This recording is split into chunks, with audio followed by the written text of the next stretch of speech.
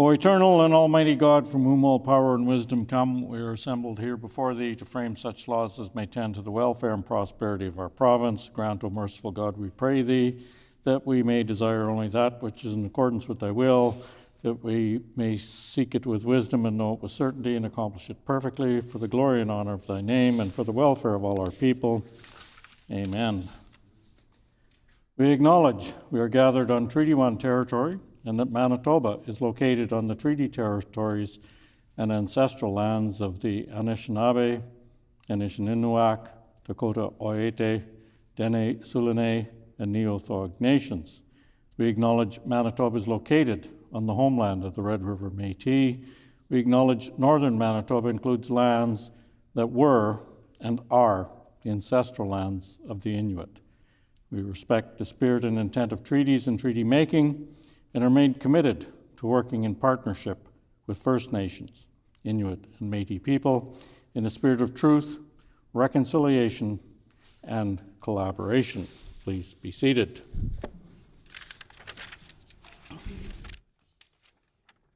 So we will now go on to private members' business.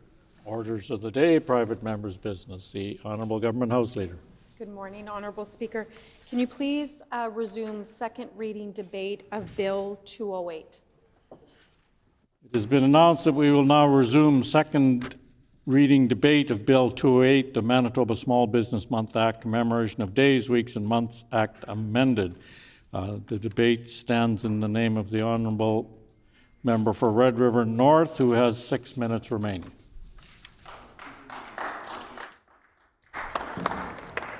Thank you, and good morning, Honourable Speaker and colleagues.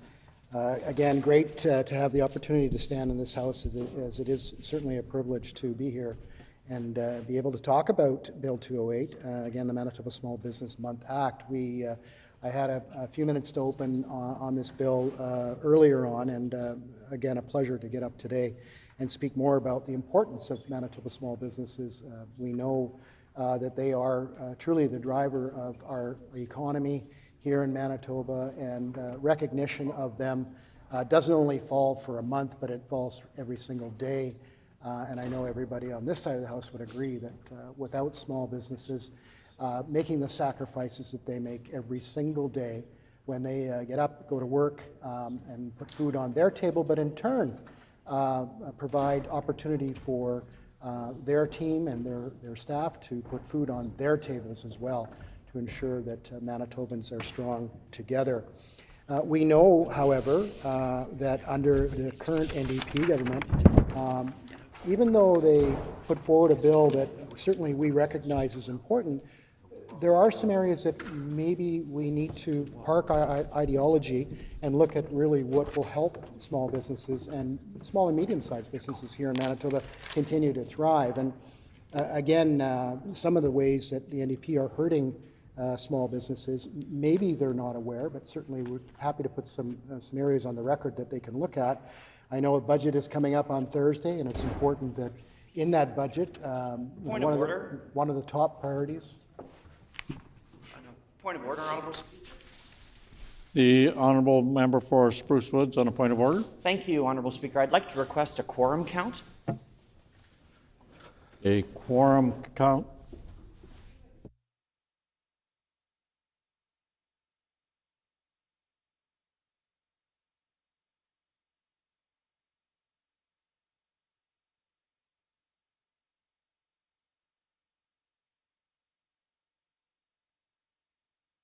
Order, please. Order, please. As clearly stated in our rules, with the exception of Tuesday morning in accordance with Sub-Rule 4, if there's no quorum present at the start of a sitting day, the Speaker is to adjourn. The Speaker is still talking, by the way. So, the Speaker is to adjourn the House for the sitting day. So clearly there is no call for a quorum count this morning. So therefore there is no point of order. The Honourable Member for Red River North. Well, thank you, Honourable Speaker, and Again, it gives me great privilege to stand up and talk more about small businesses on this lovely Tuesday morning where quorum counts are not relevant.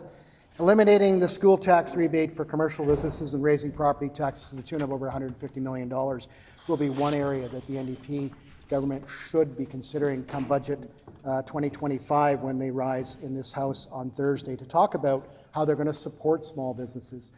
Again, it's great to recognize them for a month, the month of May, and again, every single day when the folks of Manitoba get up and go to work every day to support their families, their small businesses, and the people and the teams that they work with every single day.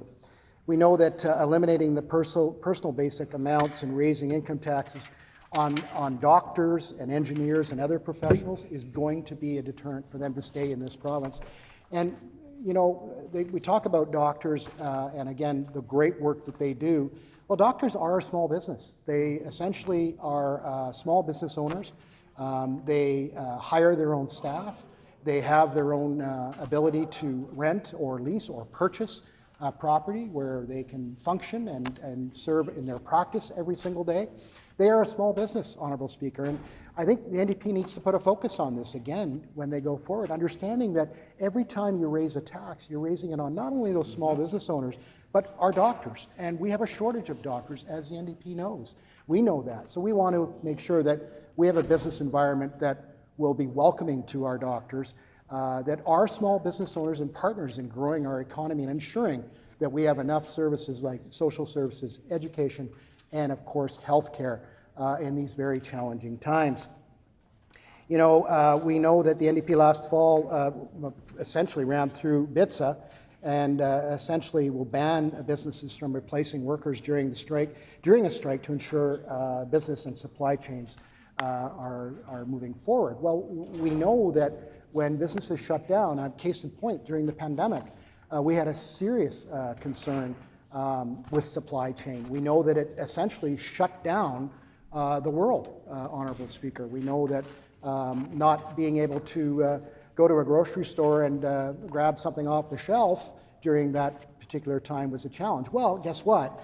When companies have to shut down and can't bring in support workers to ensure that Manitobans are getting the products they need every single day, this is going to be a deterrent for them as well. And again, small businesses are going to hurt for it. So I want the NDP to understand that when they come to Budget 2025 this coming week. We also know that one of the areas that came of a concern back in 2018, Mr. Kenneth Clausen told a legislative committee, and I quote, "Manitoba has the lowest gasoline taxes in Canada. If you want to be the cleanest and greenest province, it makes no sense. We need reform on how we charge for gasoline in the province." That's a scary, scary comment by now this individual that's working with the NDP. As a matter of fact, he goes on to saying he's been hired as the energy advisor, and he wants to charge PST on home heating, Honourable Deputy Speaker. That's going to hurt businesses. I mean, business owners have to pay utilities, just like Manitoba families every single day. They have to continue to ensure that the heat stays on, especially in an environment like Manitoba and like Winnipeg. So we know that this individual, Mr. Clausen, told the Legislative Committee, and I quote again, something that has bugged me for 30 years, the PST exemption on home heating fuels. That doesn't make sense. Why are we exempting from tax non-renewable fossil fuels? Well, business owners are going to be standing up on Thursday saying, why is Mr. Clausen wanting to put PST now on our home heating and our business heating, Honourable Deputy Speaker? I have a little bit of time left, so with that, I will say, keep going, Manitoba businesses. Keep fighting for Manitoba. Member's time has expired. The honourable member for Borderland. Thank you. And I am happy to rise this morning to put just a few words on the record with regard to Bill 208, the Manitoba Small Business Month Act, and talk a little bit about the importance of small businesses and coming from an area that has many small businesses and growing businesses. They start small, many of them do, and they become established and they become successful and they grow And we've seen that in my constituency and the constituency that I have the distinct honor of representing. And so I can think of a number of them. And, I think, well, one comes to mind, Elmer's Manufacturing, which is a very successful manufacturing business in Altona, just north of Altona. Was started by Elmer Friesen, who is a farmer, still farms, I believe, and made had a need for I think it was a grain cart, farm implement anyway, and they do make grain carts and among other things, harrows and things like that. But so he spent a winter building one, and as it goes, neighbors, other farmers said, "Hey, why don't you make me one?" And so he started to do that, and a business was born. And started out small, and now they employ hundreds of people, and they contribute massively to our local economy in Altona and across the region. And so, that's a success story, and there are others as well.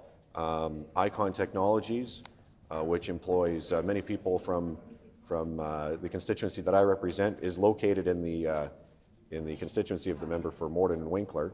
It's right on the boundary there, so we can play tug of war over that. But another great story. Icon Technologies started out just as a small operation, and is now a wildly successful business. There are many others. There's Jablonski's in St. Jean, which does, it's an electrical, they do AC and heating and a whole bunch of things, services that they provide. And so there are many examples, many more examples that I can think of. But needless to say, we've got a lot to be proud of in our province, and we have a lot to champion, and it's important that we get behind Manitobans, families who put their savings at risk. They invest their hard-earned dollars, and they'll mortgage their homes, and they'll put capital at risk to strike out on an idea that they have.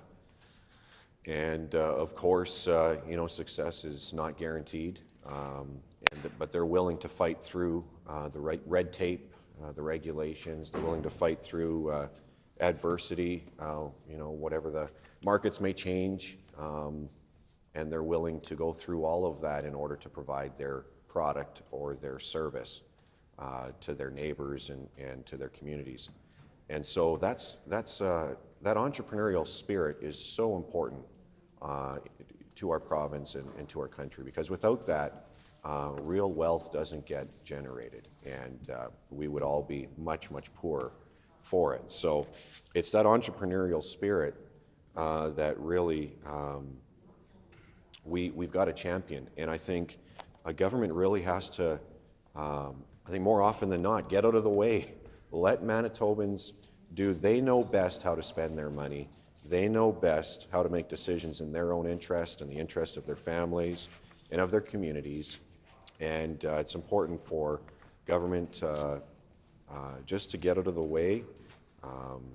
Yes, there's a need for some, a base level perhaps of regulations, but it's important that small business owners, those who are willing to strike out and make something of themselves and take an idea and run with it and invest in it, that government, rather than trying to stymie that effort and kill it, that government gets out of the way. And I think of a quote by Ronald Reagan. I've shared it here in this house before, but he said that the liberal view of the economy is that if it moves, tax it; if it keeps moving, regulate it; and if it stops moving, subsidize it. And I think all too often we see in this chamber how governments will put their foot on the brake, and then finally when they see the damage that their regulations and tax hikes are doing to businesses, to our economy, then they open up the coffers and they want to spend hard-earned tax dollars to try to juice the economy, and that never works well either. So just let Manitoba business owners do what they do best, and we'll all be the richer for it. We'll all be the better for it. And like I said, proud to come from an area with a very strong entrepreneurial spirit. It's probably one of the things we're best known for in southern Manitoba, and it's something that that Manitobans can be proud of. So. And like I said, I shared some examples of successful businesses. There's more that I could provide, and I talked about how government needs to get out of the way. And I think it's important to reflect on the last budget that the NDP brought forward, and we know that the provincial budget will be coming down. Their second provincial budget will be coming down later this week. But we know that the last one was not good for small business owners, and was not good for small business owners, and so the prognosis isn't good for this one either. I think people are holding on to their wallets, and at a time when it's important that government champions our local businesses and gets behind them, the last thing they need is more tax hikes. The last thing they need is more regulations. And that's what we saw in the last budget. And for instance, the last budget, which governs the current fiscal year we're in, included legislation to allow Manitoba Hydro to raise rates up to 4%. That has a very real impact on small business owners. And by the way, it's a promise broken. The NDP had said they would not be raising, they would be freezing hydro rates. Well, that didn't happen. We've now got legislation, NDP legislation, in place that allows Manitoba Hydro rates to increase by 4% per year. So that's just one item. They eliminated the school tax rebate for commercial businesses, and they raised property taxes by $150 million. It's very relevant. It's very relevant. It's very relevant. Small businesses pay property taxes. And when the NDP government and when the member for Seine River supports these tax hikes, small business owners suffer. And it's that member, the member for Seine River, who said in debate last week that small business owners don't pay PST. I wonder what Manitoba small business owners think of that comment. I wonder if Manitoba small business owners, some of whom we have on this side of the House, Manitoba small business owners could fill these galleries. Order, please. Order. Order.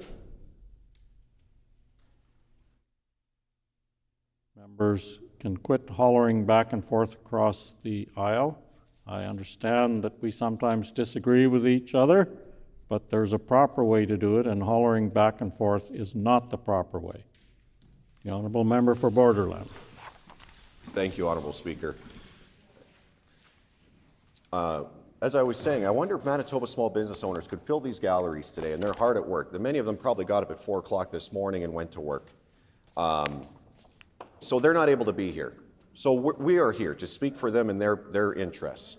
And if those business owners could listen to the member for Seine River who said just last week that small business owners don't pay PST, I beg to differ, and I think they would beg to differ. They absolutely do. And I have worked for small business owners who have had the PST auditors come in, the tax auditors come in, and they've tried to do everything right, and those auditors will still find something, and you pay tens of thousands of dollars, and you pay interest, and because of these arcane, complex rules with regard to PST. So that's just one area small business owners have to fight through, and it's important that government gets behind, rather than like this NDP government taxing them and trying to kill their dreams. Before recognizing the next speaker, I'd like to draw everyone's attention to the public gallery where we have seated from Ecole Howden 30 grade 4 students under the direction of Janelle Gang. This group is located in the constituency of the Honourable Member for Southdale. On behalf of all honourable members, we welcome you here today.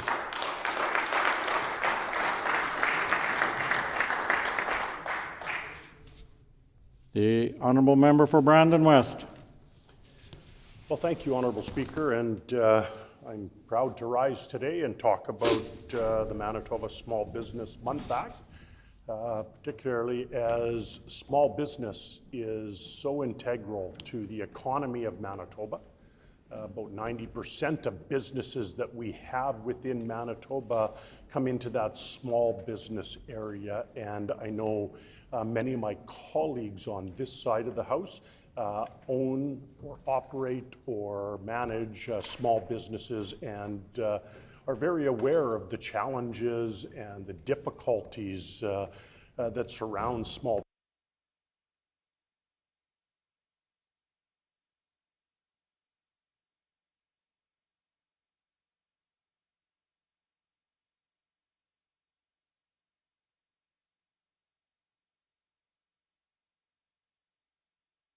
Thank all of our ag producers and farmers within Manitoba for starting these small businesses and making sure that they are contributing to our economy, making sure that that Manitoba stays vibrant within our communities.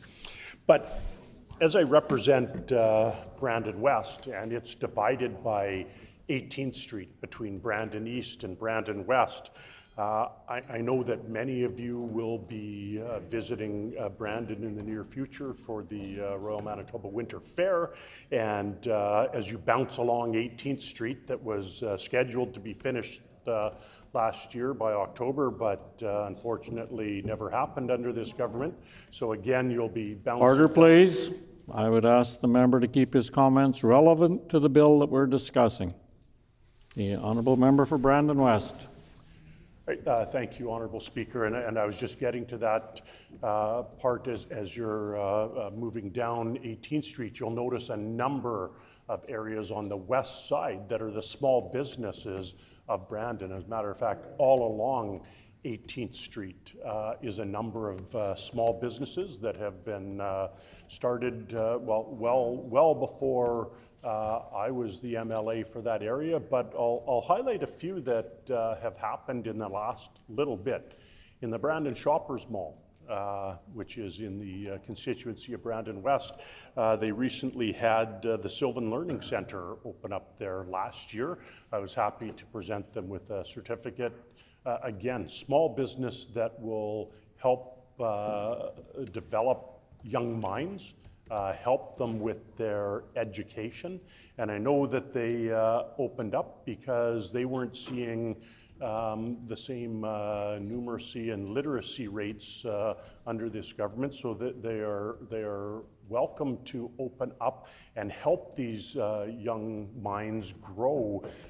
And again, just down from my constituency office, 2 doors down, is the Kumon Learning Centre that just opened within the last very short bit. And again, surprising that the NDP government started in 2023, and all of a sudden we had 2 learning centers that had to pop up in Brandon because of the lack of numeracy and literacy that is being offered during this government. So I would like to thank those small businesses in particular that are helping grow the minds of our future leaders and entrepreneurs, where they come forward with this area.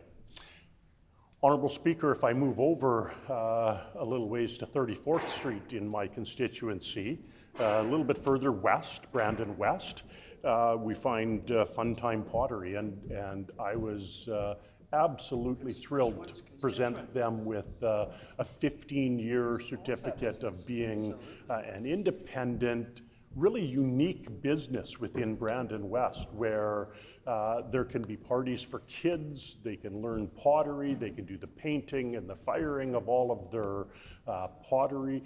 Not only that, it caters to adult parties as well, where they can create some really unique gifts and have that experience. So I wanted to highlight a few of these spots that have opened up.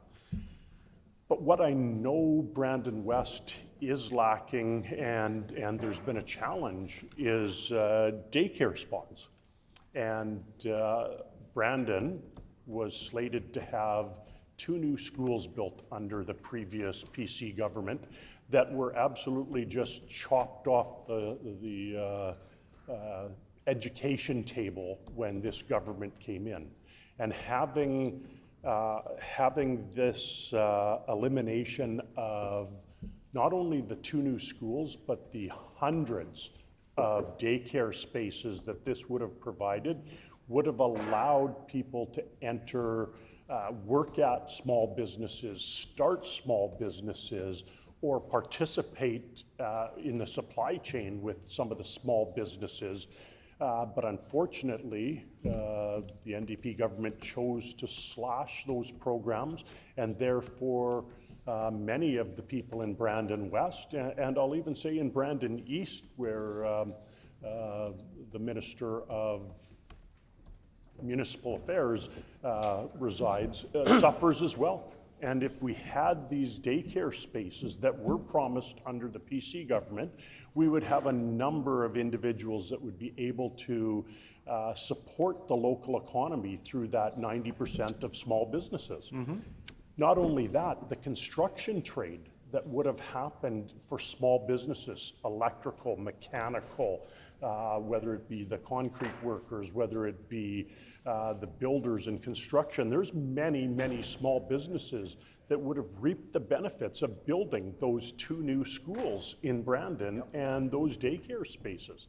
But unfortunately, the NDP government chose to cut this, to pull the rug underneath these workers and say, you know what, we don't care about small business workers, we don't care about the value that you bring, and then they turn around and bring up a small business month bill to say, hey, we support you, but on the other hand, we don't. We'll do whatever we can to knock you down, but to gain a little bit of popularity, we'll bring this bill forward so that everyone can think that they're on side. But we look at, there's, as the minister may have put 21 ways to save, there's also 21 ways that this government has cut the value of small businesses in their short time in office. And I know that will change again in the near future, and we'll get back on track with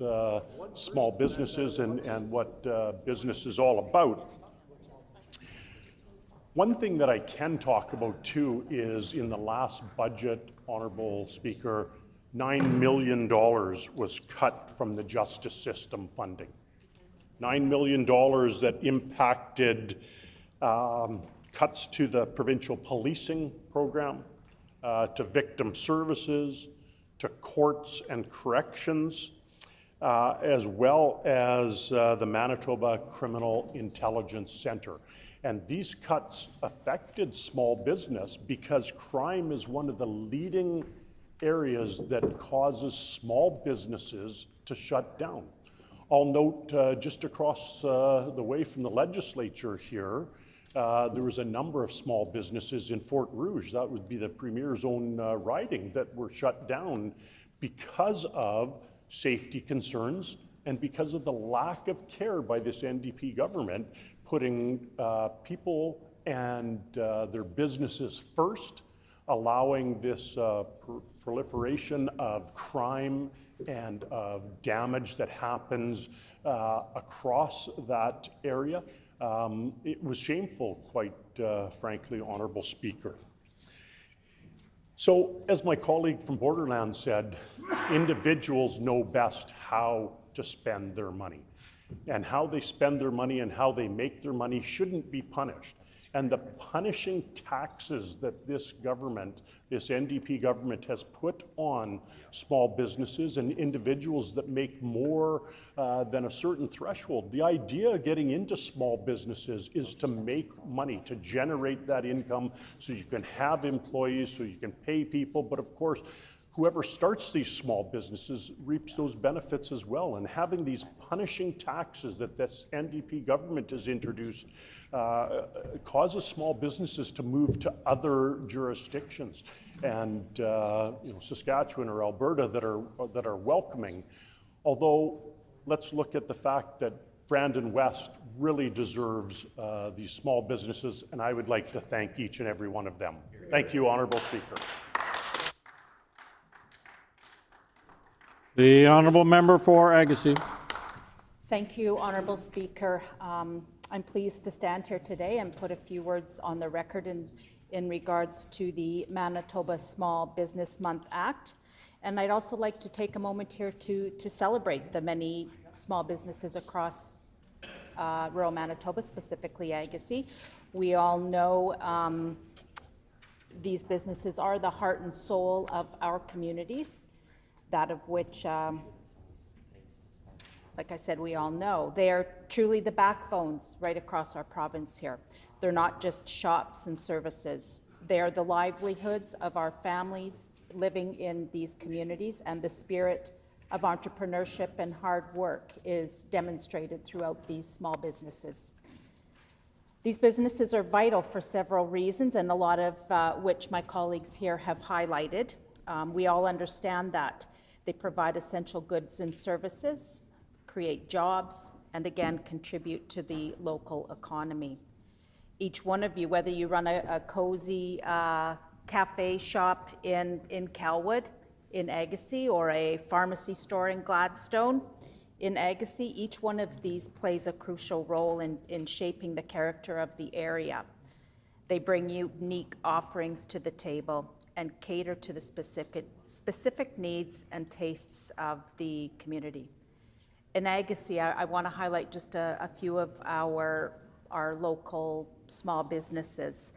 In McGregor, we see businesses supporting the ag industry, and again, colleagues have commented on the importance of agriculture across our province of Manitoba. And there's many small businesses, both urban and rural, that support the ag industry, providing fresh produce and goods to feed our families. In Carberry, we have a cute little boutique, the Gull and Castle. It's got clothing, and for anybody that needs a little bit of retail therapy, it's a great place to visit in rural Manitoba. In Austin, there is a very unique new business. It's the Austin Woolen Mill. It's a new business. It was opened up in 2023. And it serves a very unique niche where they process natural fibers like wool, alpaca fleece, create yarn, roving, and other products. And it's a shop that showcases the creativity and the talent of the local artisans in that area while providing a very unique product to a specialized community. Treeherne has a great rich history and thrives thanks to the dedication of the small business owners in that community who understand the importance of being connected to their community and serving that area. Rathwell, I just visited this business not long ago. It's got a unique business, N3 Inc. It provides remote car starters, two-way radios, and other security systems. And Rathwell is a very small community. They also have real industries. They manufacture livestock feeders. But Rathwell is a very small community, but these small businesses are such an integral part. They have a grocery store there that is a common area for the folk to get their local, or to get goods in that rural community. I guess what I want to highlight here is the impact that those small businesses have in rural Manitoba, where they provide such an important service to the area. Roder's Bakery in Neepawa is a restaurant, a bakery restaurant, serving Filipino food and delectables. It's recently expanded its operations and now growing so that it has seating to accommodate for those who wish to sit and order food inside. And that's again serving another area when it comes to restaurants, another small business filling a community's needs. And those are just a few examples in Agassiz specifically. again, I want to share with you the success of these businesses and hopefully continued success. Many have had to come over obstacles. Some may be opened during COVID. Some maybe had to get over the hurdle of navigating through those challenging times. And for small businesses, that can be a hardship. And we all know when we shop locally, we're not just purchasing items, we're investing in our neighbors, our friends, and the future of our community.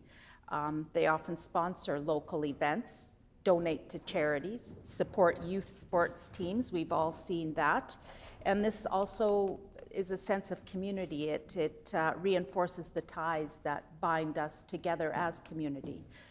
And as we navigate the challenges of today's economy and the increasing costs of doing business, we must take an effort to shop locally and to promote these businesses and services on social media, as well as share our positive experiences as we do so. Many of these businesses will be feeling stress and angst with the looming tariff threats that are in the air. And in addition to those threats, we also have to pay attention to what's happening here right now with this NDP government and the impact that some of these changes that this NDP government have brought in, the impact that's going to have on some of these small businesses. It can, hinder the success of some of these businesses. One thing we can talk about is the school tax rebate for commercial businesses. It's imposed a burden raising these property taxes, and I know my colleagues have brought forward the implications that this brings to small local businesses. They're already having to navigate tight financial margins, and this again just imposes another complication in that. The decision to eliminate basic personal amounts to raise income taxes on professionals like doctors and engineers doesn't just affect the individuals, it has a ripple effect on our local economies. Like my colleague from the Red River North mentioned, these doctors' offices and clinics are small businesses, so it does ripple down and have an effect on those businesses in our communities. Another topic, this current government defunded the Green Team program significantly and forced nonprofit organizations to make cuts and layoffs. This impacted jobs in local communities and nonprofit organizations who already have struggled to see ends meet. And that's in turn affecting services available to families in our towns. Some of the other legislative changes that the NDP brought in were the bills buried in BITSA.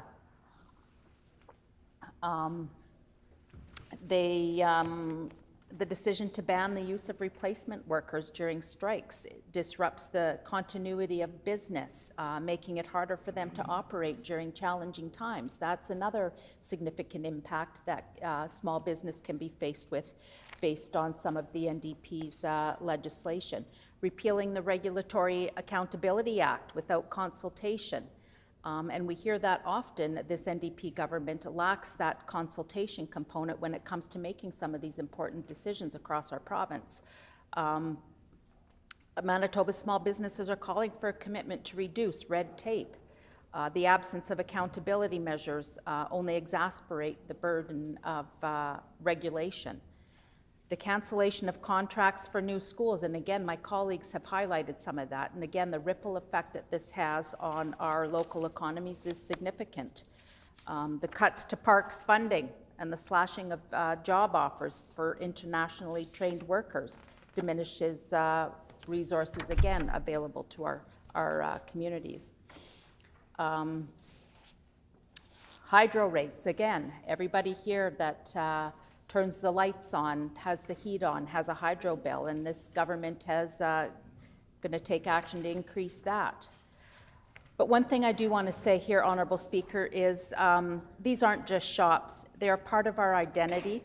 We need to support them, celebrate them, and ensure that they flourish for many, many years. Small businesses are critical to our local economy. It's supporting, giving our communities jobs and benefiting in many, many other ways, Honourable Speaker. And again, my colleagues have said Manitobans know best how to make money, and let's continue to support small business. First time has expired. The honourable member for Riding Mountain. Well, good morning, Honourable Speaker, and it's my privilege to get up today and speak on Bill 208, the Manitoba Small Business Month Act. And let me first start out by indicating that, on this side of the House, we fully support small businesses here in Manitoba. In fact, many of my colleagues have operated or continue to operate small businesses here in the province, and I don't think the government caucus can say that. So I'm not sure they really understand the trials and tribulations that small businesses have when they come to work each and every day. Small businesses, are real drivers of the economy here in Winnipeg, and especially on our main streets in rural Manitoba. Some businesses in my area have been in families for 70, 80, 90 years. They continue to be family operations. They employ many people in our constituencies, and every 2 weeks they have to meet the payroll. And they're always at the whim of government regulations, government taxes, changes to things. And I think that, like I say, I don't think the recognition of small business owners is, they're not recognized enough. And proclaiming a month as Small Business Month, that's fine and dandy. It's a commemorative name, it's a special month. Doesn't mean a lot to most small business owners. I don't think so. What really means to small business owners is how their government treats them. The amount of taxes they charge them, the amount of supports they give them, the amount of red tape that a government can eliminate to make the small business owner's life much easier. I think my colleague from Red River North brought up earlier about a simple thing that this government did that really affected a lot of small business owners in Manitoba was the elimination of the small amount of commission that a small business would get for collecting the provincial sales tax. As a small business owner for well over 40 years, monthly, you did your PST return and you remitted religiously your money to the provincial government. But you also got a 15% commission on the first $200 of sales tax you collected, and a 1% commission on the balance. Now, it doesn't sound like much, but for a very small business who collected $200 of PST in a month, they would get $30 for filling out that paperwork and sending their money religiously into the government. For bigger businesses like car dealers, implement dealers, anything like that, it was a considerable amount they got for doing the collection. And this government, with the swipe of a pen in last year's budget, without much fanfare, and not thinking about small businesses, they cut that commission out completely. There was very little communication to small businesses either. I think they did receive a letter from the tax department indicating on such and such a date it was going to be taken out. No explanation. Businesses are still doing the same amount of work, but they're not getting any commission. And that's an example of the hypocrisy of this bill for the government. They're wanting to declare Small Business Month and trying to tell us that they're doing good work for small businesses, but it's actions, not words. And I think that simple PST commission cut really affected the psyche of a lot of small businesses, thinking, does this government really appreciate us? Or are they just looking at this as another tax grab for doing their work? So very unfair in my opinion, and I think even though Bill 208 looks to recognize Small Business Month here in Manitoba, which again I think is very important. Again, it's the taxation on small businesses, property tax hikes. I mean, they're going to be really affected by property tax hikes in Manitoba. They're affected by the payroll tax. I think my colleague has talked about that already.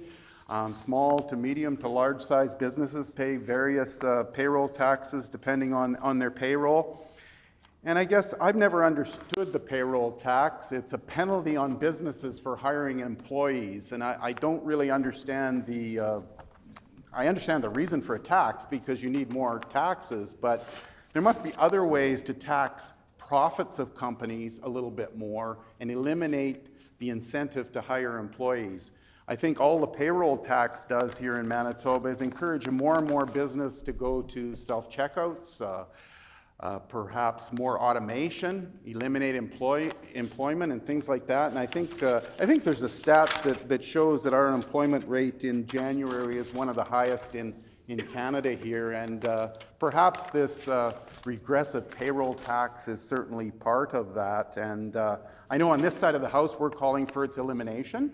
And maybe in Thursday's budget, the finance minister will stand up and tell us all that the payroll tax is being, I wouldn't say eliminated, likely phased out. Maybe the thresholds will be increased, but at some point I think a government's got to take a stand and get rid of that payroll tax.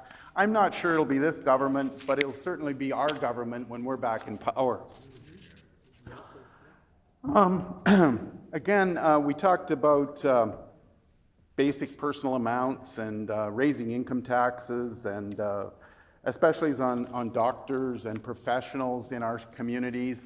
That's not helping with recruitment of professionals into our communities, and that affects small business.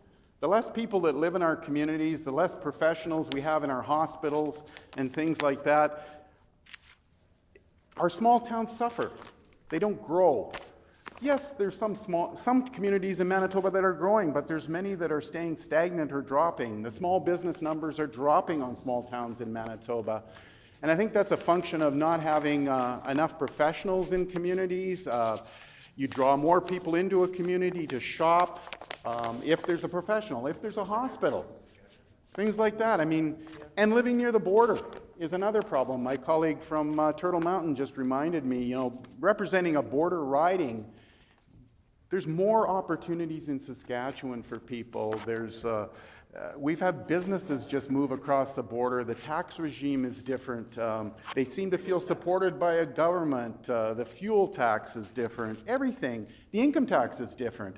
I have an accountant friend that tells me that there's a $6,000 or $7,000 difference on a $100,000 T4 between Manitoba and Saskatchewan. Yep. Manitobans pay $6,000 or $7,000 more in taxes here in Manitoba compared to Saskatchewan.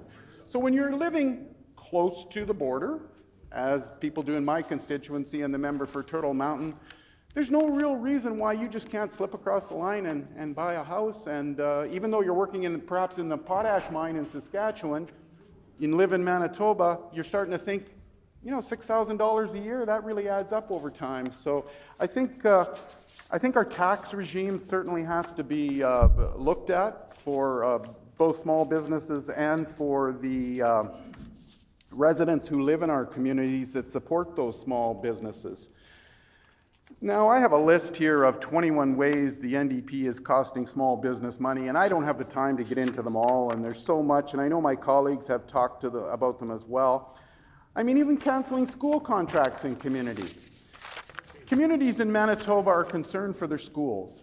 A school is a focal part of the community, similar to a hockey rink. If you lose a school in a community or one doesn't get built and you can't accommodate people, then they're going to move to another community. So I think the NDP is being very short-sighted in canceling school projects, which our government had approved. Our government had 9 new schools and thousands of new classroom seats and daycare spaces approved. Again, with the swipe of a pen, those were canceled under this government. So there's many, many more. You know, there's personal care homes. Again, that's another reason. I mean, if your mom or dad needs to go into a personal care home and there's no space there, they'll go to a bigger center. In turn, that family that wants to be around their parents, if they can, move to a bigger center as well. That hurts small businesses in communities. Every dollar that stays in the community spins around. I know there's a stat out there somewhere about a dollar spent in a community, how many times it changes hands in the community. Unless you lived in a small community, you don't really see the result of spending local in communities. You'll always see these buy local campaigns, things like that. And similar to let's buy Canadian products, buy Manitoba products. Perfect. That money spins around in the province. So I do support Bill 208, the Small Business Month Act, and I don't think you'll find anybody on this side of the House that doesn't. Again, we're all small business people, and if we're not small business people, we're small business people at heart. We represent many, many communities in the majority of rural Manitoba over here. So again, I encourage this government to take action to support small business. Don't just talk, take action. Thank you, Honourable Speaker. The honourable member for Turtle Mountain. Thank you, Honourable Speaker. I just want to put a few words on Bill 208, the importance of small business in our province of Manitoba. And I want to thank the member for St. River who put this forward. But it's interesting. I believe that she's the only one that actually has one of the small businesses at that caucus. And it's kind of ironic that this bill has been called today, and the lack of interest on that side, where there's less members to even exist to support this bill. So it just shows you, our side, how many members there are here, how important small business is. So it just shows you the NDP, they don't care. They really do not care when it comes to small business. They have no interest. They look after their unionized friends and making sure that they're looked after. But when it comes to small towns, especially in rural Manitoba, especially when my colleague from Ryan Mountain had indicated that we live so close to the Saskatchewan-Manitoba border, it is so important that we compete with Saskatchewan and Alberta. And right now, the way that the NDP is actually setting up their tax systems in this province, when we're in government, we try to do everything possible to make sure that we are competing with our neighbors, Saskatchewan and Ontario. Because the fact is, businesses, investment, they have choices where they want to invest to. We're finding right now, especially in the oil patch that I represent, I used to represent Arthur Vernon, that used to represent over 95% of oil in this province. More and more of those businesses are located in Saskatchewan because of the tax rates. There's no, when it comes to, I'm surprised Tundra's still here. When it comes to the, with this NDP government wanting not to look at, when we came in for a resolution about the payroll taxes, Tundra actually employs a lot of employees in this province. And the fact is, they're talking about more of their operations are in Saskatchewan.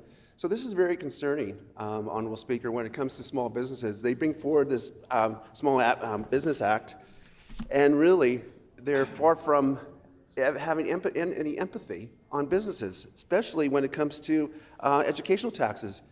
Right now in rural Manitoba, especially in Turtle Mountain School Division, Fort LaBosse School Division, and Brandon School Division, and Park West, there are many, many more increases when it comes to property taxes. We're seeing a 15% increase in property taxes. And what we were doing, Honourable Speaker, in our government, we were giving rebates back to small businesses. They're going to be getting rid of those rebates, and they're going to be racking up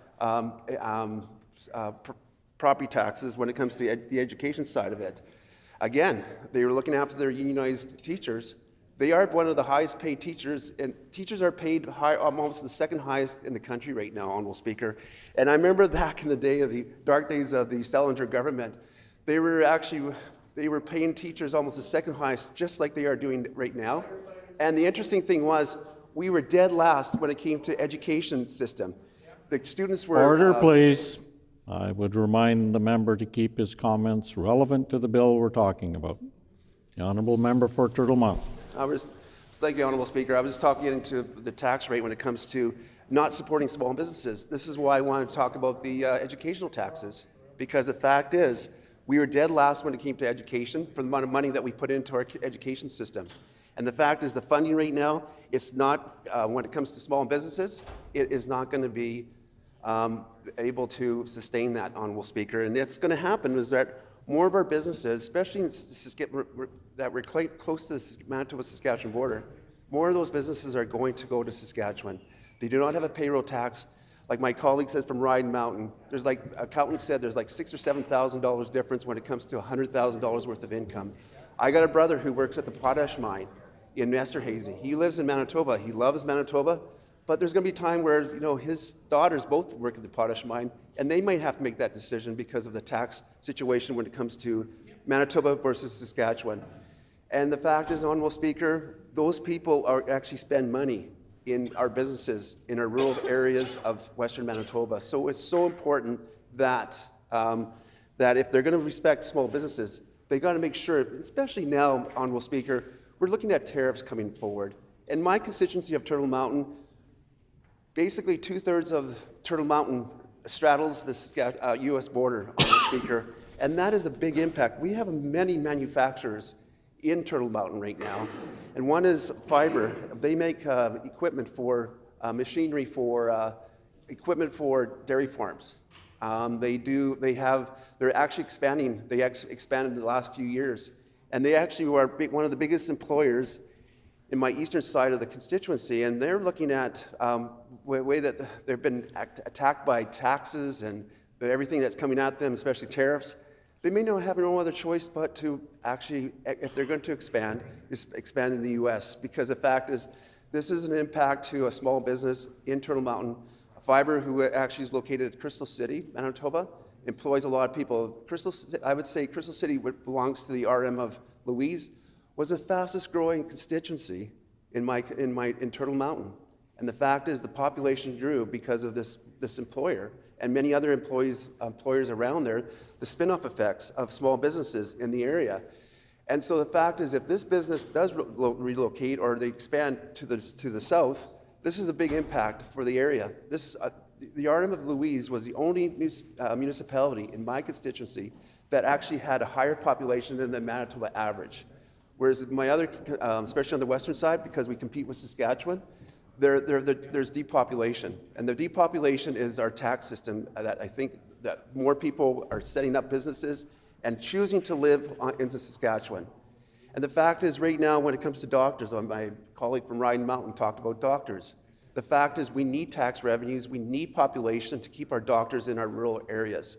And the fact is, when you don't respect small businesses and they shut down or they move elsewhere, then you have less population and less services, especially when it comes to healthcare and education too, and for that fact. And the fact is here, Honorable Speaker, is that if our population, especially along the Saskatchewan-Manitoba border, if you look at all the municipalities, most of them have dropped over the last 10 years. That's why our boundary commissions, when we do boundaries for representation in this legislature, we're finding that, especially in the western part of Manitoba, our constituencies are getting much larger and larger. They're almost getting as large as some of the northern constituencies in the north, Honorable Speaker, because the fact is the competition with other Order, provinces. please. When this matter is again before the House, the honourable member will have 3 minutes remaining. The hour is now 11 a.m. Time for private members' resolutions. The resolution before us this morning is the resolution on number 5, encouraging Manitobans to support local, brought forward by the honourable member for Seine River. The honourable member for Waverley on House business. Yeah, on House business, Honourable Speaker, pursuant to Rule 34.7, I am announcing that the private member's resolution to be considered on the next Tuesday of private members' business will be one put forward by the honourable member for Radisson. The title of the resolution is Homelessness.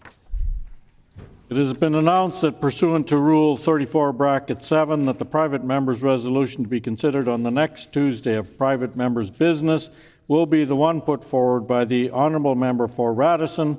The title of the resolution is Homelessness. The honourable member for Seine River. Thank you, Honourable Speaker. I move, seconded by the MLA for Elmwood. Therefore, be it resolved that the Legislative Assembly of Manitoba urge the provincial government to continue its efforts to protect Manitoba jobs and the provincial economy by encouraging Manitobans to buy local and buy Canadian.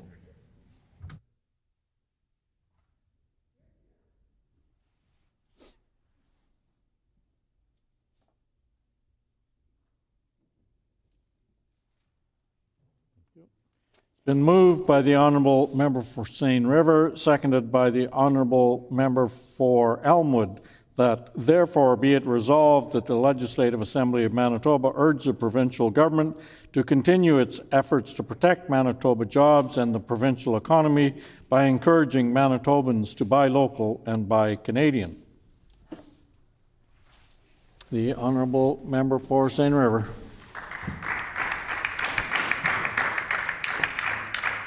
Thank you. Honourable Speaker, with over 40,000 small businesses that make up 95% of the business sector here in Manitoba, small businesses are the backbone of our economy. However, they have not always been treated with the respect and support that they deserve. The previous government underfunded business support programs while writing checks to corporate giants. In fact, during the pandemic, one of their members received a $500,000 grant that was supposed to help local small businesses, but instead, it resulted in many women-owned businesses in the Exchange District shutting down completely because there were no supports. We need to stand together as one Manitoba as we prepare for the incoming Trump tariffs on April 2nd, and that includes supporting small businesses and our small business community all across our province. The imposition of these tariffs has provided many Manitobans with a lot of uncertainty and anxiety as they are trying to figure out how this tariff war will affect them, their families, and their businesses. I've heard and seen firsthand the concerns and impacts the potential tariffs have been having on our small business community. Many members of my community and my own family are small business owners, so I know from personal experience just how hard small business owners work to do good and to give back to their communities. Manitoba small businesses drive our economy. They create jobs, helping to support you and your family in your efforts to build a good life. They support our producers, helping to distribute their goods for the whole community to enjoy. They build up our community by reinvesting their earnings right here in Manitoba. Supporting local has never been more important. Small businesses are going to be some of the first to feel the impacts of a tariff tax, which is why we need to make sure they have the necessary tools to prepare for the economic difficulties ahead. They already face a multitude of barriers outside of these looming tariffs, struggling to compete with corporate giants. Whether small businesses are in the retail, agriculture, or tourism industries, they need to know that we all have their backs.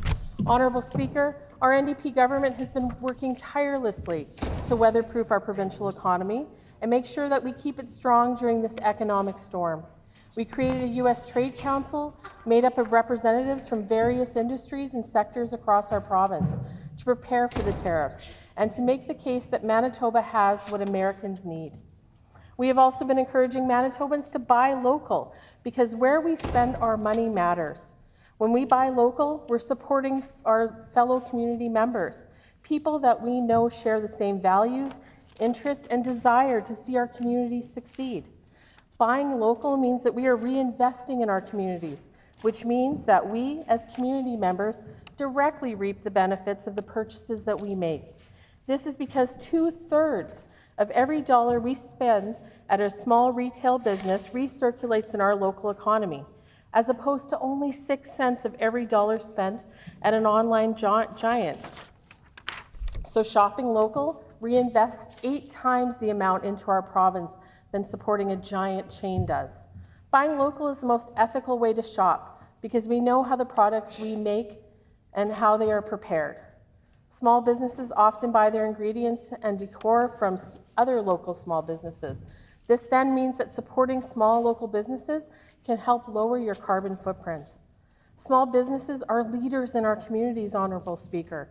They sponsor community events, sports teams, and donate their time and money to local organizations. Because of this, we also know exactly who will profit from our hard-earned dollars: other hard-working Manitobans. Small businesses are grand community hubs. We are so lucky to live in such a diverse province with incredibly vibrant communities. However, not all communities are equally represented in the small business community. Only 12% of small businesses in Manitoba are owned by women. With programs that support aspiring young Indigenous and gender diverse entrepreneurs, we are not only helping Manitoba thrive, but we're also helping more diverse communities thrive. Found in the heart of St. River and just a few steps from my constituency office is the St. Norbert's Farmers Market. It's open all year round for community members to come together, support local farmers, abattoirs, and food processors. Even on cold winter days, the market has seen bustling crowds of people walking through the aisles of pop-up tents, getting to know the vendors and enjoying the goods that they are selling. The vendors of the St. Norbert Farmers Market and small businesses all across the province are seeing an increase in customers because of the media attention surrounding buying local. It's been heartwarming to see everybody rally together in this uncertain and difficult time, and it is only solidified that we are all truly one Manitoba with one future. These tariffs are not a party issue. They concern us all. It is important that we all come together to make sure that Manitoba jobs are protected so that they can continue to support their families. Small businesses are still struggling to recover from the impacts of the pandemic. This is part of the reason why it is so important for all of us in this chamber to support them, so that they can continue to do the good work they do for their communities across this great province. No matter your background, we're in this together as Manitobans and as Canadians. Honourable Speaker, small business owners are strong and resilient. Even so, protecting our jobs and safeguarding our economy is a collective responsibility. Small businesses can't do this alone, and we as consumers play a very important role in this. I encourage every Manitoban to go to local farmers markets, try out a new restaurant, walk into that small retail business you've been wanting to check out, because when you do, you are helping create a stronger and much more resilient Manitoba. Thank you, Honourable Speaker. A question period of up to 10 minutes will be held, and questions may be addressed in the following sequence. The first question may be asked by a member from another party. Any subsequent questions must follow a rotation between the parties. Each independent member may ask one question, and no question or answer shall exceed 45 seconds. The floor is now open for questions. The honourable member for Waverley. Thank you, Honourable Speaker. The local and small business community is varied. Order, please. The honourable member for Selkirk. Thank you, Honourable Speaker. It's very important that we do support our small businesses. Can the member for St. River explain why her NDP government is making life more expensive for Manitoba small businesses by eliminating the school tax rebates for commercial property owners? Honourable member for St. River. Thank you, Honourable Speaker. Today we're talking about buying local, supporting local, buying Canadian. And so in doing that, I think the most important thing to remember is that when we support the citizens around us, we are making life more affordable for everyone. We're increasing competition against those online giants, against those great big conglomerates that seem to try and take over all of our industries. And so it's really important that as consumers, we buy local, we buy Canadian, buy Manitoba-made products as much as you can. The honourable member for Waverley. Thank you, Honourable Speaker. The local and small business community is so varied. They're hardworking, strong, here in Manitoba, and their goods and services range from ag to retail to food, beverages, and they employ so many folks in our province. So my question to my colleague is, what are some of the small and local businesses that you frequent?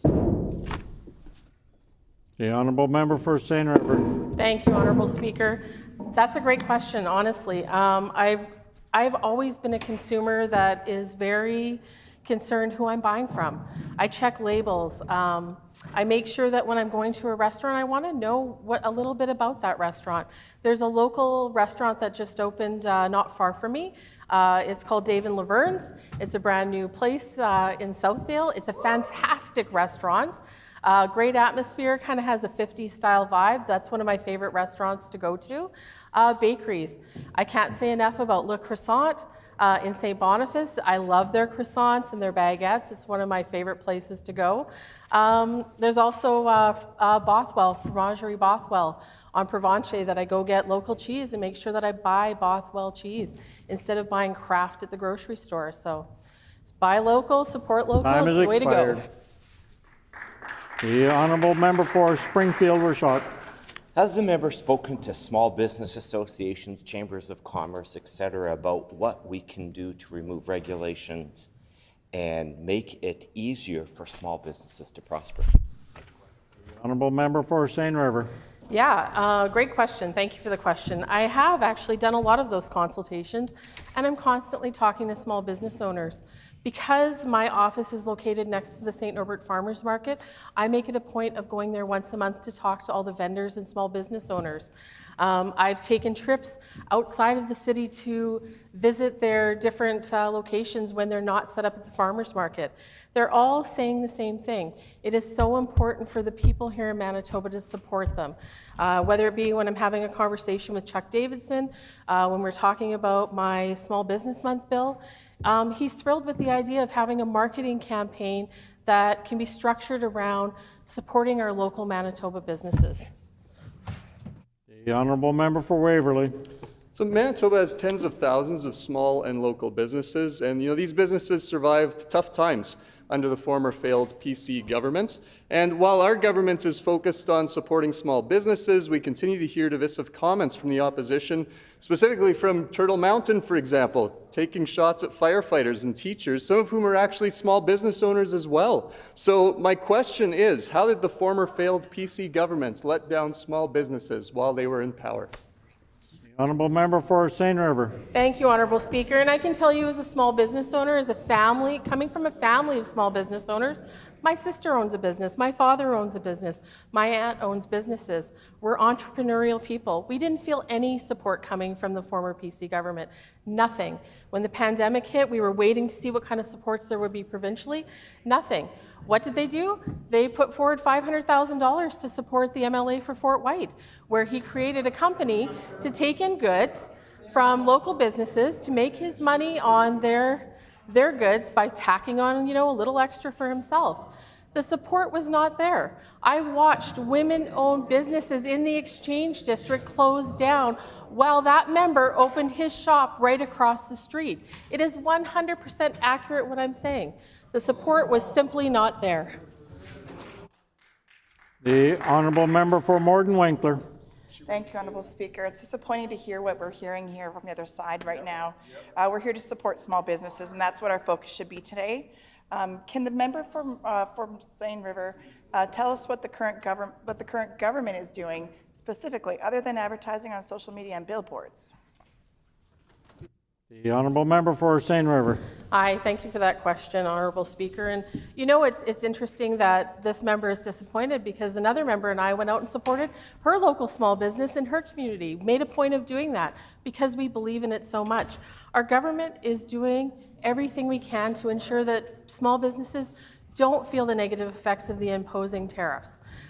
We've created a trade council made up of members right across this province to represent all sectors, to represent all workers, to represent all business owners. We are listening. We constantly listen and communicate with our constituents. On a regular basis, as I said, I am talking to small business owners. I'm trying to meet their needs as best I can. I mean, governments, we do as much as we can. We can't do everything. We all know that. That's the reality. Time has expired. The honourable member for Waverley. Thank you, Honourable Speaker. Our NDP team is taking action to help small and local businesses after so many years of rising costs. We started this by cutting the provincial gas tax for 1 year and have extended that into a permanent 10% reduction in gas tax, which ensures it will never be as high as it was under the former PC government. My question for my colleague is, what can Manitobans do to continue supporting small and local business?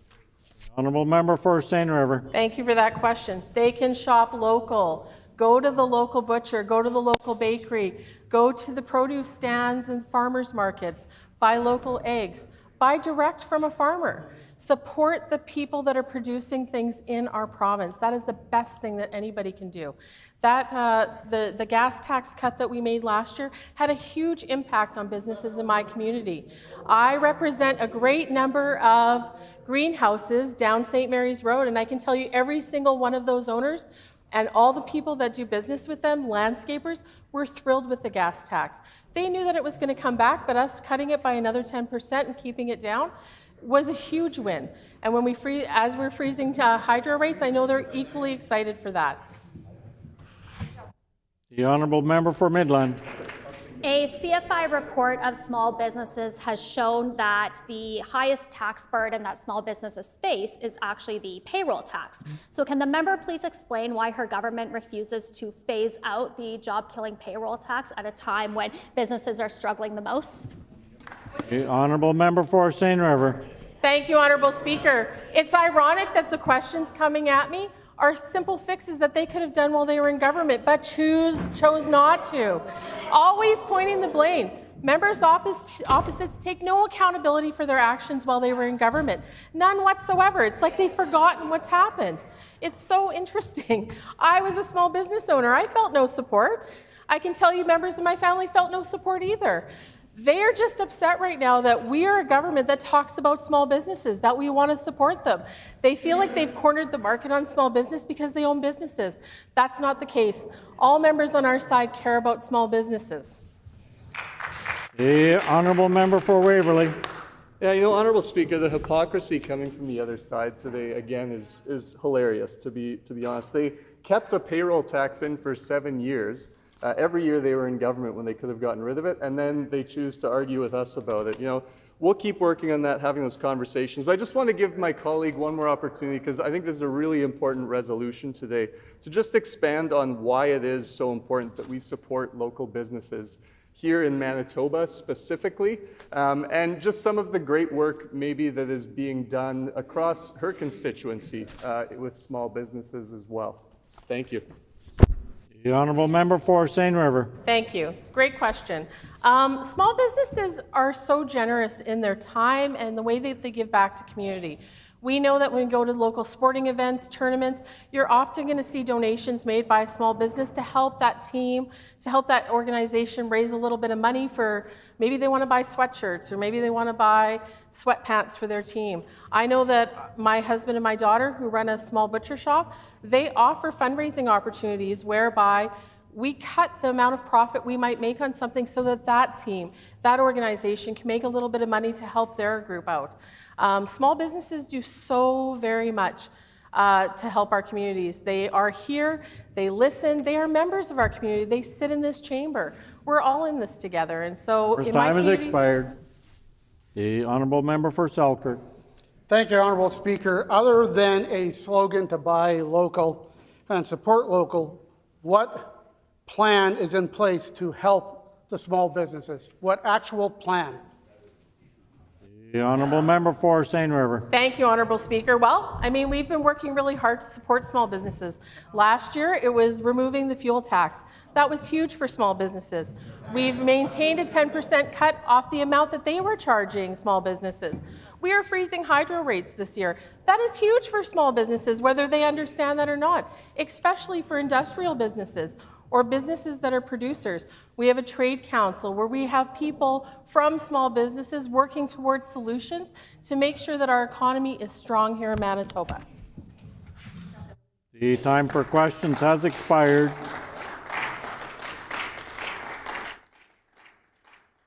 The honourable member for Springfield-Rashad.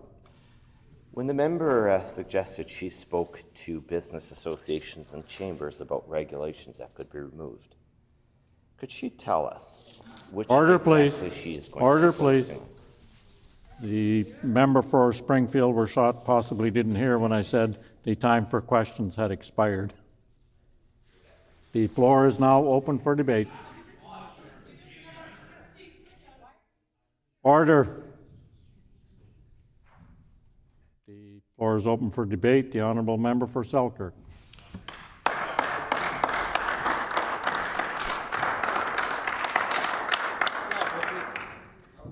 Thank you, Honourable Speaker. As I mentioned in this chamber several times, I am a small business owner and have been since the age of 16. Having the ability to be supported by people in my local constituency, my local area, within the province and even within Canada is very important to the survival of businesses. In particular, the current business that we have has been impacted by tariffs over the number of years. When Donald Trump came to office in the last term, he imposed a tariff on U.S. steel that was purchased from China. That you wouldn't think that would impact a small company in Selkirk, Manitoba, but it has a great impact. And that's why we need people to support locally. When he put that tariff on Chinese steel, the American market looked over at their existing suppliers and said, we need to buy locally, and they bought from the U.S. steel companies. Unfortunately, in Canada, the steel that we buy are mechanical tubing. There is no manufacturers of that in Canada, so we're forced to buy in the U.S. When we looked to the U.S. to buy and place an order, they came and said, well, our mills are now at capacity because everybody is buying U.S. steel instead of Chinese steel now. And because of that, we have to run extra shifts, and we have a great demand on our facility. We have tremendous extra costs, and our input costs have jumped up dramatically, so your pricing has gone up. And it takes a little while to understand the true economics of what just happened there, but the result is our raw costs went up 40%. And we had orders in place at the time. Orders that we had to supply, we're waiting for the material to come from the U.S., and with the 40% increase in our raw cost of our raw steel, we didn't have any profit left. So we did not have the opportunity to go back to the customer, or we chose not to go back to the customer and say, we're going against our word. And luckily, these were people that were local supporting us. We explained to them, we have an issue, we have pricing here. If they're looking to buy our product in the future, it's going to be a tremendous cost, and they understood that, and they recognized us as being respectful, to being honest, and being true to our word to deliver the product. Now, when we come to 2025, we have, again, tremendous economic uncertainty from the U.S. Tariffs on, tariffs off, tariffs on, tariffs off. We're doubling them. We're not doubling them. It's 25, it's 50. And we don't know what's going on. But prior to this, I hedged a bet and I bought 2 truckloads of steel and had them come to the plant for my son to manufacture buildings with. So we're able to hold product for the near future. And we're able to say to the people who come locally to buy our product how much we appreciate them. And they would be an opportunity if we were a little greedy to say the price is now here and we can make a better margin, but we choose to keep the price that we reflect to the customer based on what we paid for the steel and not try to take advantage of a situation. And people appreciate that. And that's what you get when you shop local. You shop local with your friends, your neighbors, colleagues in your community. And I know the member for Seine River has spoken many times about restaurants and bakery shops and, fromageries. But small business is a little bit more than that as well. We have manufacturers of product. We have welding shops, we have machine shops, we have places that manufacture zero-turn mowers. We have foundries throughout our province. We have these small companies employing thousands and thousands and hundreds of thousands of people every day that depend on their livelihood from that company. And these small business owners, they put their financial dollars at risk every day. And some days it's not pretty. When we looked at when COVID hit, my little company in Selkirk was on a banner year to do the greatest sales we ever had. We had orders all throughout the U.S., orders in California, Salt Lake City, and even Boston University was going to be purchasing from us. But when COVID hit, we had materials in place, we had the manpower in place, but we were not allowed to go and install our product. Now, we had great customers that we've done work with in the past, and they said, Richard, we'll wait. We know this is going to be temporary, we'll wait. Well, the waiting got a little longer and a little longer and a little longer, and they came back and they said, unfortunately, we're going to have to cancel the contract and we expect you to refund us our deposits. That year was a $400,000 loss for this little company in Selkirk that employs about 10 people. As a business owner, we could have done many things. We could have said, sorry, we're going to cut our losses, we're going to liquidate, we're going to turn around and see what we can recapture, sell off our equipment and materials, lay these people off, or do we do a reset?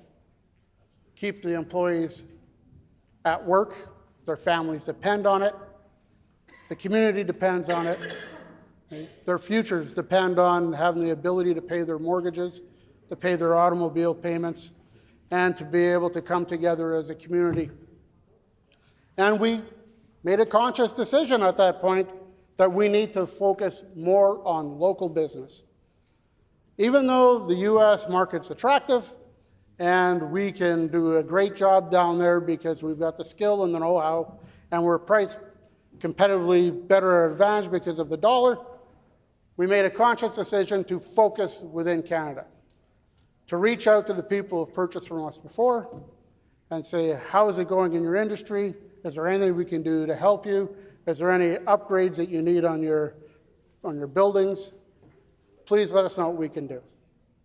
And they came to the call. They chose to support once again. And in 2024, we had our banner year with 0 sales in the U.S.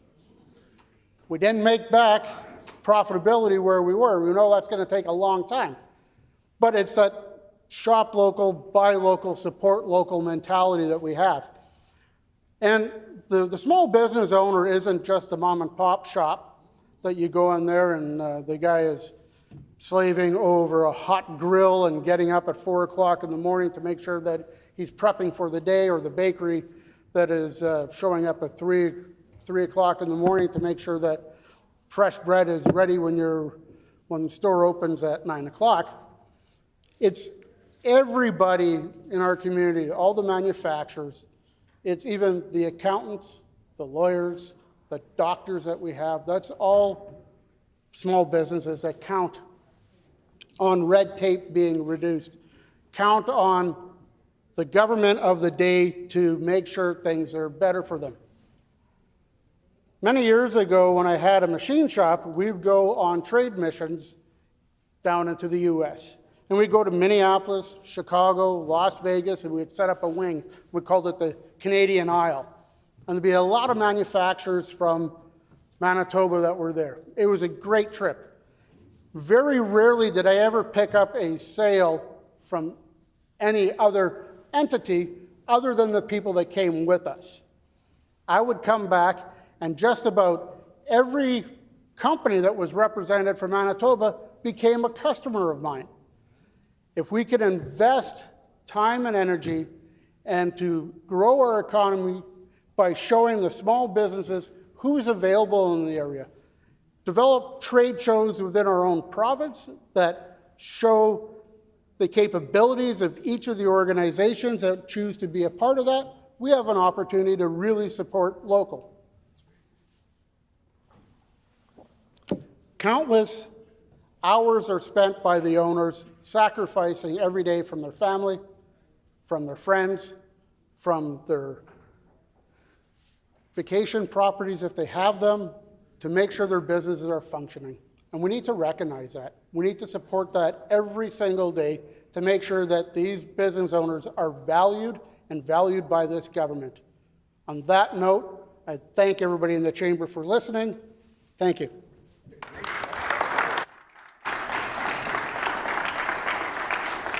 The honourable member for Springfield Rashad. Here, here. Here, here. Now it's your time, Ron.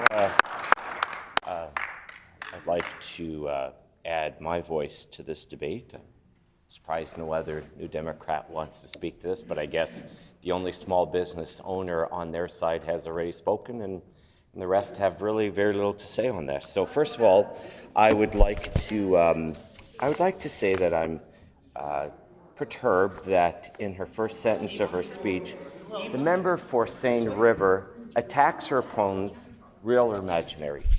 I'm not too sure that that is how you help shop local. This is a very important issue, and I was listening intently to the member for Selkirk, and it's interesting, he goes to a trade show in the United States and picks up most of his business from other Canadians rather than from Americans walking by. I had the opportunity to be in business. I had some retail here in the city, and again, we really appreciated when American tourists came and they shopped, and they were very good shoppers in the summer. But I also started a catalog sale business, and I had a Canadian division and a U.S. division, which I ran out of an office in Edina, which is a suburb of Minneapolis. Yeah. And that's where we had our P.O. box, and we had someone open up the mail, and they would do our banking for us there. After 9/11, I became aware that, and again, this isn't to disparage the United States.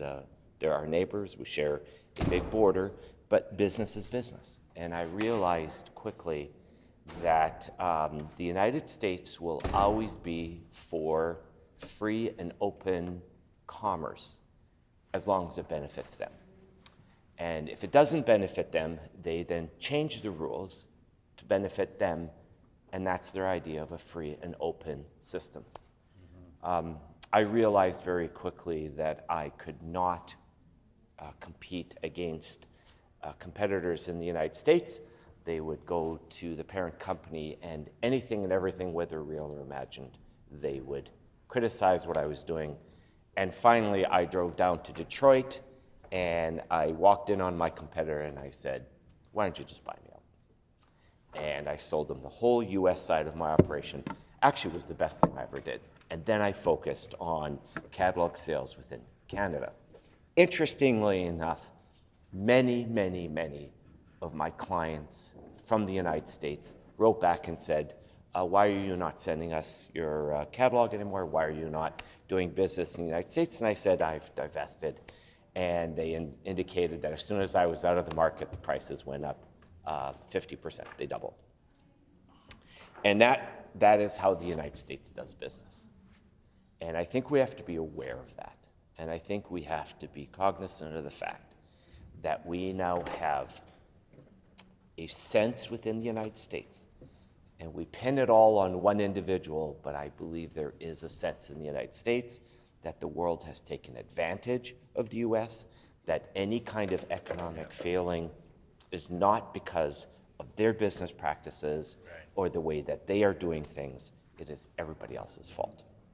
So what are we going to do to help our local businesses? And I asked the member for St. River, whose only thing she seemed to be interested in was attacking members in this chamber, and that was very unfortunate. There are, and the reason why Mr. Speaker, I couldn't hear you previously was the member for Point Douglas was heckling so much, and now she's starting it again. And St. John's. The member for St. John's, who just heckles the whole time. She just heckles members, and this should be a bill that we should be agreeing on because this is important. We're facing some very, very difficult times, and member for St. John's just wants to divide people. So I would suggest that I ask the member for St. River about regulations that hamper small business. Like how can we help small business grow? And there are a lot of things, and I will concede that many of these are municipal regulations. I do believe, however, that the province has a role. The province of Manitoba, under the leadership of Brian Pallister, signed on to the New West Partnership, something that Gary Doer and Greg Salinger were not prepared to do for whatever reasons, and one would have to ask them why not. But we signed on with the New West Partnership. In fact, we had the least amount of exceptions or carve-outs of anybody in the New West Partnership. In fact, when trade negotiations were taking place, long before any of the conversations taking place today, that Manitoba had the least amount of carve-outs in the country under the Pallister government. Wow. And I would suggest to all provinces that if we want to help local business, if we want to help shop local, the best place to start is in Canada by tearing down tariffs, by tearing down barriers, by tearing down walls that prohibit us from doing trade across this great country of ours. That's where we should be starting.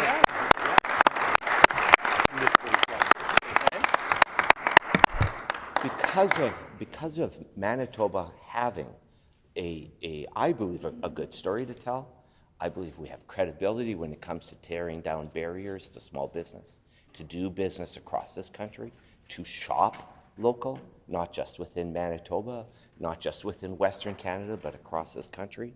I would suggest to the government, sit down with AMM and business groups, and let's talk about ways that we could enhance doing business. And there are just fundamentally basic things. I happen to be on Henderson Highway, and I don't know if we should single out some businesses, but there's a bakery very close to the MLA for Rossmere, her constituency office. It might even be the member for River East, I'm not too sure. But anyway, there's a bakery right there, and I walked in and had a good chat with them. The problem is with parking. So if we want to promote shop local, we should be talking to business. How can we help with where customers should park? How can we help them, how they can, for instance, we have beautiful summers in Manitoba, just exquisite summers, especially on the weekends or evenings. You sit outside and you have some dinner outside and sit with friends. How can we use our sidewalks? How can we use what we have in the beauty of this great province of ours to basically you expand, you can double or triple the size of your business for those months, and it is very helpful for the business, and it's good for us to get out and support them. But then we also have to deal with the regulations that inhibit that. I know one jurisdiction, on weekends, in the evenings, they would shut down streets and to traffic, and basically the businesses could put their tables and chairs right into the street, and people could walk through and sit on the tables and chairs, order their food, so on and so forth. There are a lot of things we can do, but we have to have the will to do it. We have to help these small business owners. For instance, I know there's a regulation, you're only allowed so many seats per bathroom stall. If you exceed that, you have to take tables away. Well, maybe we can make an exemption whereby they can, just for the summer months, exceed that number. There are a lot of ways that we could support shop local with it. And it shouldn't just be restricted to food service, but also to retail. And we know that a lot of retailers do bring in product from Europe, and we should encourage to do trade. It's a very good thing, but we should be looking at it locally. And how can we help local small businesses bring in product from the world, sell it here, and then we can sell our product to the world. Saskatoon berries and blueberries, or there's all kinds of product that we have here in Western Canada, and there were huge barriers set against a Saskatoon berry jam in Europe. And those are the kinds of things we should be working on. We should be working with other organizations. Stop this tearing each other down. I think that's not helpful what happens in this chamber. This is serious. We're facing a United States that wants to take all economic opportunity and move it to the US. And basically, they just want our natural resources, water, natural resources, whatever else they can get, do all the manufacturing, and we would just become the drawers of water and hewers of wood. And that is a grim future. We have to start producing, we have to start supporting, but it has to be in real terms. Start with regulations, start with talking to our small business owners, and that's where we would be best going, not attacking each other, but rather working together. Here, here.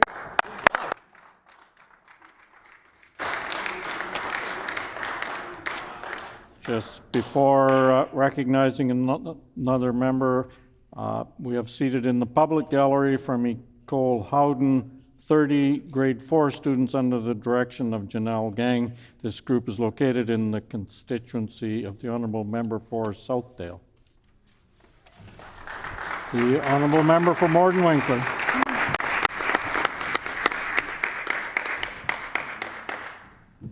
Thank you, Honorable Speaker. I'm happy to stand up today to support small businesses. I have a history, and I've owned a small business for 7 years with my son Colton, and he currently is running the business now as I'm now a newly elected official. Sitting in the chair of a small business owner is a difficult place to be a lot of the times, and yet so rewarding. We have to weather many storms as they come, and it's important for support. It's important for us to have support as we contribute to our economy, support our families, and support other families that work for us as well. Supporting local business is essential for fostering a strong, vibrant community. When you buy local, you're not just investing in a product or service, you're investing in people around you. And I'd like to focus on people, because people are what drive our economy, people are what run our small businesses. Local businesses are often owned by individuals who deeply care about the community and provide unique products and reflect local culture and values. One of the greatest benefits of shopping locally is economic impact. Money spent locally tends to stay within the community, helping to create jobs, support local workers, and fund local projects. This results in a more resilient local economy where people are more likely to reinvest in the area. I come from an amazing, vibrant community of Morden Winkler, and we have a very, very strong value system where we give back to the community, and small businesses are one of the biggest community that give back to the community, and it's an exciting part of our community and important for nonprofits as well. In addition, local businesses are more likely to offer personalized service where owners and employees know their customers and can provide tailored recommendations. For example, in my small business, we always took the person's name when they would place an order, and we would use their names because people need to hear their names and it makes them feel loved and valued. Where owners and employees know their customers and they can provide tailored recommendations and services for them. This leads to more meaningful and rewarding shopping experience or dining experience or whatever it is that they're using that small business for, whether they need a product or a service. Furthermore, buying local reduces your environment footprint, as goods typically don't need to be shipped long distances. Ultimately, by supporting a small local business, you're contributing to the growth and success of your community while promoting sustainability and fostering a more connected society. In some of the storms that small businesses have to weather, we went through COVID, and we had, as a small business owner, there were a lot of programs put forward. There were some specific programs put forward by the PC government that did help support small businesses during COVID, and it was a benefit to many. But currently, we have the new storm of the tariffs that have been the forefront of the minds of small businesses and local industries. They have a negative impact on Manitoba businesses and industries by increasing costs and limiting competitiveness. For example, agriculture. Manitoba's farmers face higher expenses when exporting grains and livestock due to tariffs on their products, making it harder to compete in international markets. We have a lot of small agriculture businesses. We have small butcher shops. We have a lot of small businesses that really rely on other countries and other areas. Similarly, local manufacturers, small manufacturers struggle with rising costs for importing materials and parts, which are essential for production. These higher costs often passed on to the customers, making goods more expensive. So we need to do better. We need to provide support for our small businesses and manufacturers in our province and in our small communities.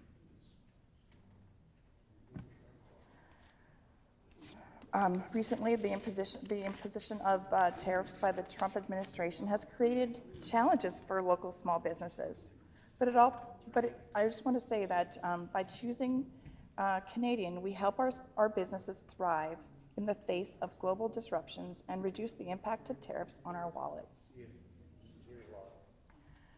When we choose Canadian and Manitoba made, we're investing in our own community. Every dollar spent on Canadian products circulates within Canada and within Manitoba and within our small community that we spend our dollars, stimulating innovation and fostering growth in industries and small manufacturers and small businesses across the country and around our province of Manitoba. It helps Canadian workers, Manitoba workers, and small businesses that are in small rural communities. It helps farmers and manufacturers stay competitive in a challenging global marketplace.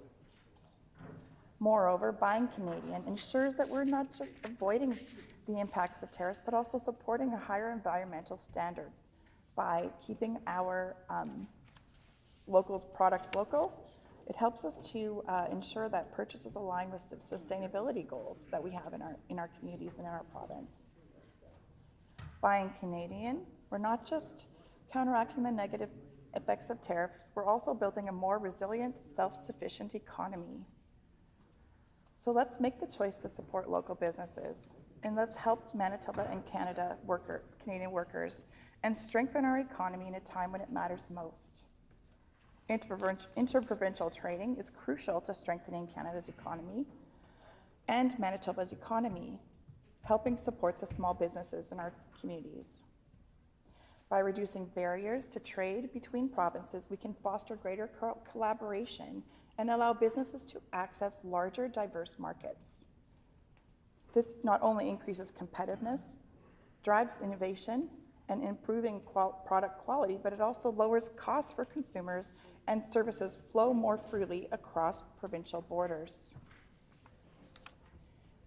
It impacts us greatly when we can get something that we need in our small business and we don't have access to it anymore. When provinces trade more easily, small businesses win. We create more jobs, improve supply chains, and boost productivity, while Canadian businesses and Manitoba businesses can benefit from economies of scale, while consumers enjoy a wide variety of products, competitive prices.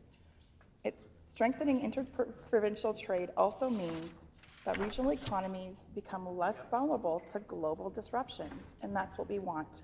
We want to support our small businesses and our local economies. As we rely more on each other for essential goods and services, we all win.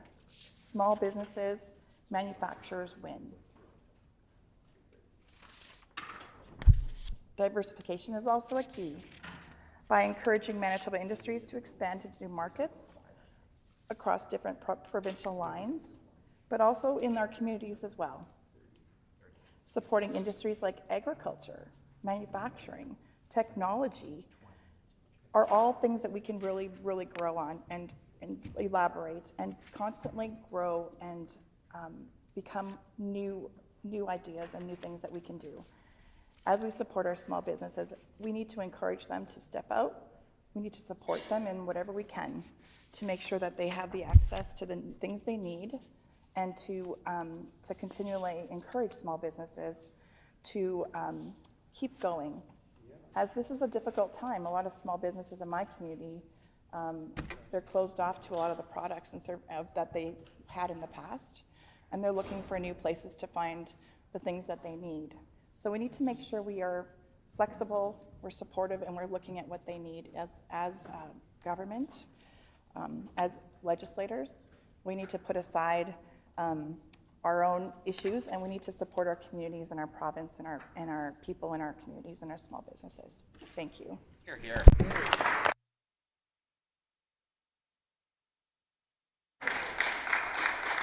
Honourable Member for Midland.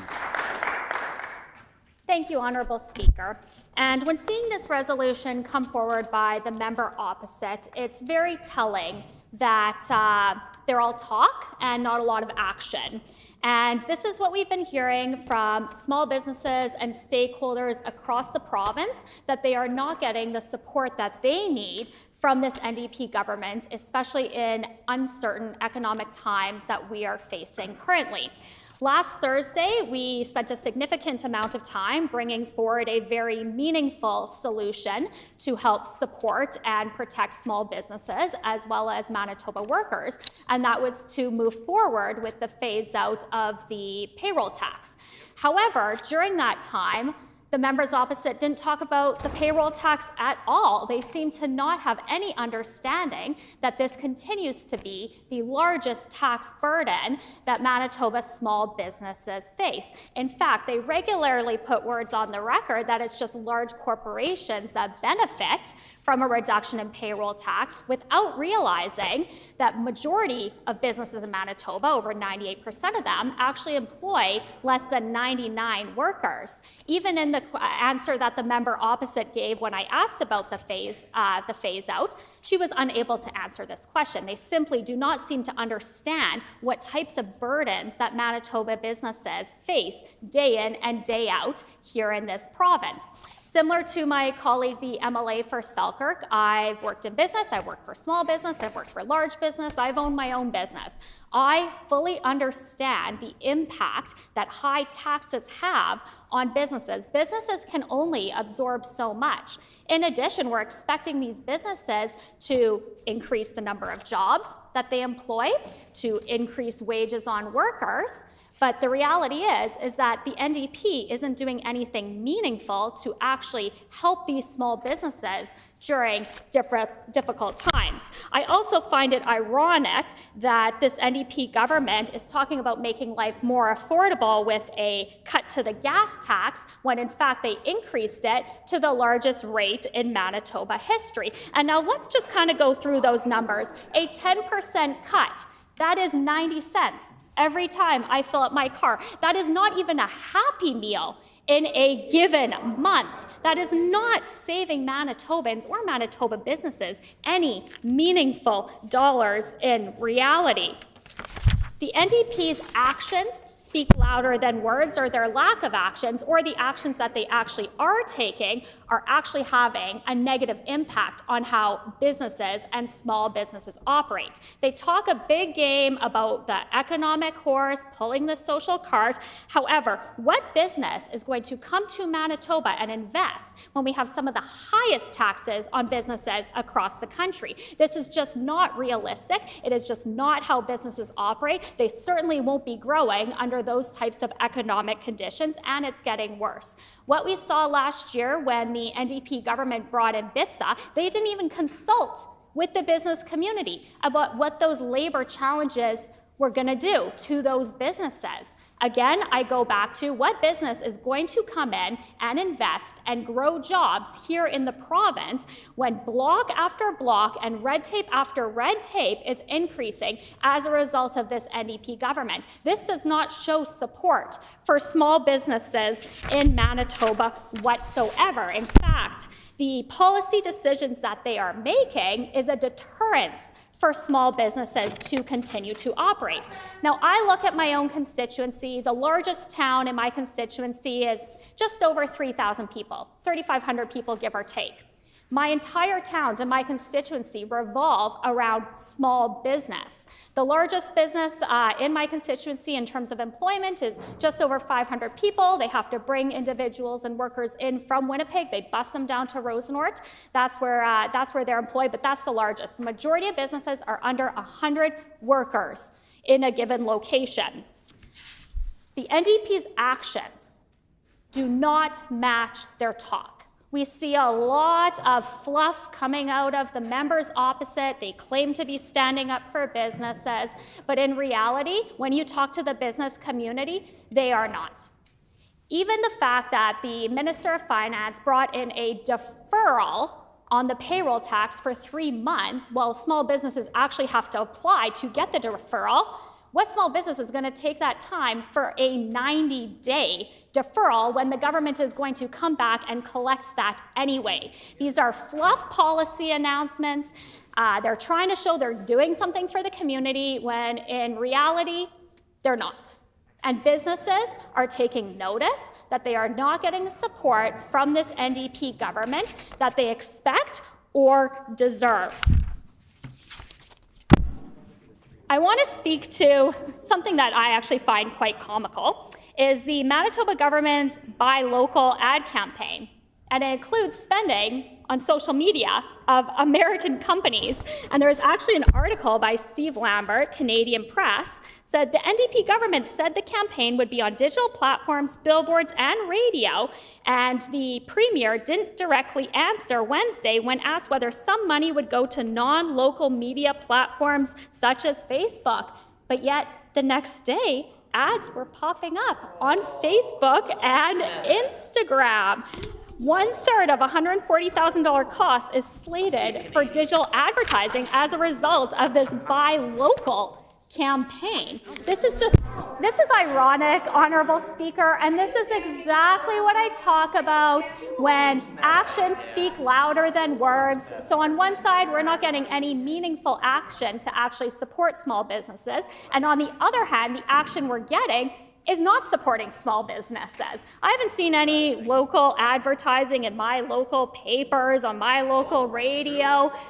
Facebook and Instagram, Mark Zuckerberg collecting paychecks from this NDP government. I also want to speak to what we've seen in the past year, because this does speak to the actions of this NDP government where they are not supporting Manitobans and as a result, not supporting Manitoba's small businesses. They eliminated the school tax rebate for commercial businesses and raised property taxes by $148 million in last year's budget. I don't know of a single business owner that would say that that is a supportive tax measure for their small business in Winnipeg nor in Manitoba. The reality is that the decisions that this NDP are making, they're increasing taxes on businesses. Had they actually stuck with the phase out of the payroll tax that the former PC government implemented, that would have benefited 2,750 businesses with annual tax savings for those businesses of $35 million. Starting in 2024, had they continued with that phase out. They could increase the threshold of that payroll tax. They could decrease the notch number. Those were questions I expected to get asked by the members opposite during last week's resolution, but instead they didn't ask me about the payroll tax at all because they don't understand it, because most of them have never had to pay a payroll tax. Companies in my riding are paying upwards of $500 million in payroll taxes. This year alone, that's $8,000 per week to the NDP coffers, and those individuals are employing under 100 people. Like I said, Honorable Speaker, actions speak louder than words.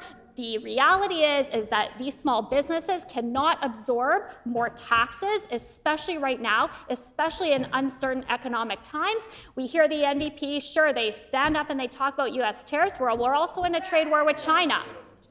We are caught in the middle of two trade wars. We've also seen the members opposite who have done nothing but criticize Canada as a country over the years. Order, please. When this matter is again before the House, the honorable member will have 1 minute remaining. The hour being 12 p.m., this House is recessed and stands recessed until 1:30 p.m. Thank you.